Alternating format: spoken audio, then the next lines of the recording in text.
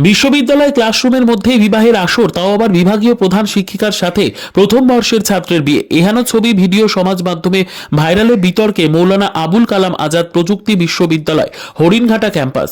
শুধু ছবি বা ভিডিওই নয়, বিশ্ববিদ্যালয়ের প্যাডে দুজনকে স্বামী স্ত্রীর স্বীকৃতি দিয়েছে লিখিতভাবে সাক্ষী সমেত। আর এই নিয়ে শুরু হয়েছে বিতর্ক।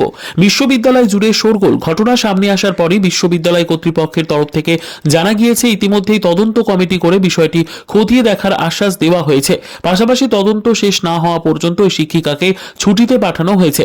জানা যায়, দিন কয়েক আগে সোশ্যাল মিডিয়ায় এক শিক্ষিকা এবং এক ছাত্রের বিয়ে করার ছবি ভাইরাল হয়। দেখা যায় কলেজের মধ্যেই শিক্ষিকা ছাত্রকে বিবাহ করছে। এরপরে জানা যায় ওই ছবি হরিণঘাটার আবুল কালাম আজাদ প্রযুক্তি বিশ্ববিদ্যালয়ের। ওই কলেজের প্রথম বর্ষের ছাত্রের সঙ্গে এক বিভাগীয় প্রধান শিক্ষিকা বিবাহ করছে।